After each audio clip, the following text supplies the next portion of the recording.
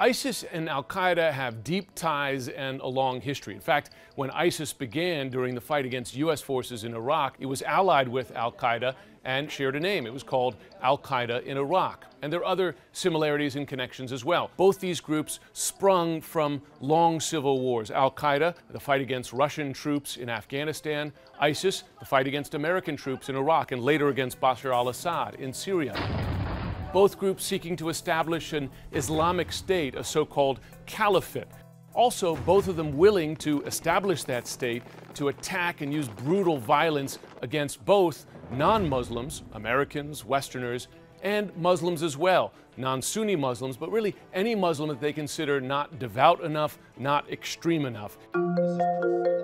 But there are many differences, and it's some of these differences that greatly concern U.S. and other Western officials. ISIS has been able to seize and control much more territory than Al-Qaeda was ever capable of. Today, ISIS controls broad swaths of both Iraq and Syria. Two, U.S. officials tell me consistently that ISIS behaves, it seizes and controls territory very much like a military force, not just a terrorist organization. They're much more difficult to fight.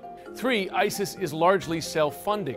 It operates as a government in the territory that it controls, issuing taxes. It also uses extortion and theft to get money, and it even sells oil in areas that it has captured in Iraq and Syria. And by some estimates, it's making $1 million a day or more.